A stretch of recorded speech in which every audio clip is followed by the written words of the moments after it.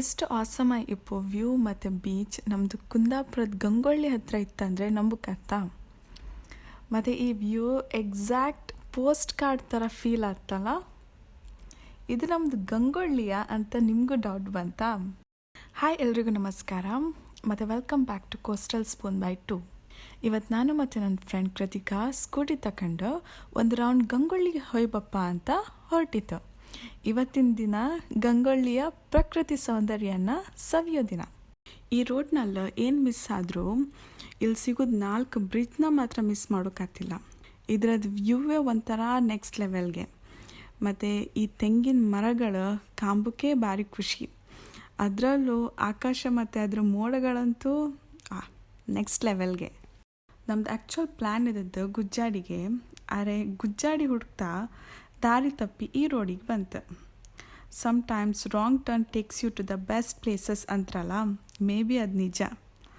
ನಮ್ಮದು ಪ್ಲ್ಯಾನ್ ಇದ್ದದ್ದು ಒಂದು, ಆತಿದ್ದದ್ದು ಮತ್ತೊಂದು. ಈ ಥರ ರೋಡ್ ಕಾಂಬಕ್ಕೆ ಒಂಥರ ಖುಷಿ.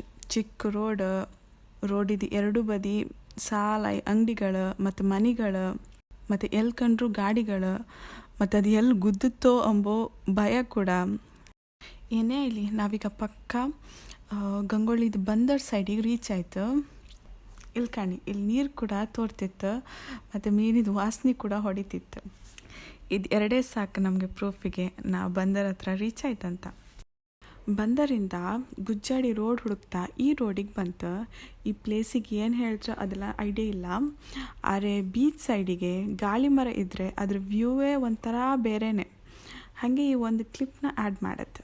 ಹಂಗೂ ಹಿಂಗೋ ಯಾರ್ಯಾರ ಹತ್ರ ಕೇಳ್ಕೊಂಡು ನಾವಂತೂ ಗುಜ್ಜಾಡಿ ರೋಡ್ಗೆ ಇಲ್ಲಿ ಬಪ್ಪತ್ತಿಗೆ ಲೈಟ್ ಹೌಸ್ಗೆ ಹೆಂಗೆ ಹೋಯ್ಕಂತ ಕೇಂದ್ರೆ ಇಲ್ಲಿನ ಜನ ಹೇಳ್ತಾರೆ ಗುಜ್ಜಾಡಿದು ಡೆಡ್ ಎಂಡ್ ರೋಡಿಗೆ ಹೋಯ್ನಿ ಅಂತ.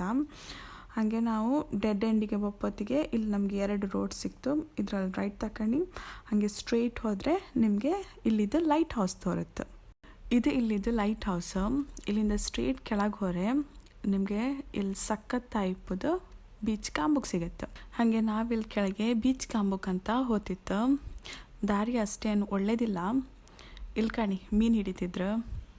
ಮಧ್ಯದಲ್ಲೂ ಬೀಚಿಗೆ ಹೋಗೋಕ್ಕೆ ಇದೊಂಥರ ಚಿಕ್ಕ ದಾರಿ ಮಾಡಿ ಇಟ್ಟಿರು. ಹಾಗೆ ನಾವು ಒಂಚೂರು ಮುಂದೆ ಹೋಯ್ತು. ಆಮೇಲೆ ಅಲ್ಲೇ ಸ್ಕೂಟಿನ ಸೈಡಿಗೆ ಹಾಕಿ ಬೀಚ್ ಸೈಡ್ ಕಾಂಬುಕ್ ಹೋಯ್ತು. ನಾವು ಈ ವ್ಯೂ ಕಂಡ್ಮೇಲೆ ಇಷ್ಟೆಲ್ಲ ಒದ್ದಾಡೋದು ಸಾರ್ಥಕ ಆಯ್ತು ಅನಿಸ್ತು. ಹಾಗೆ ನಾವೊಂದು ಬೀಚ್ ಸೈಡ್ನಲ್ಲೂ ವಾಕ್ ಮಾಡ್ತು, ಈ ವ್ಯೂನ ಎಂಜಾಯ್ ಮಾಡ್ತು. ನಿಮ್ಗೆ ಎಂತ ಅನಿಸ್ತು?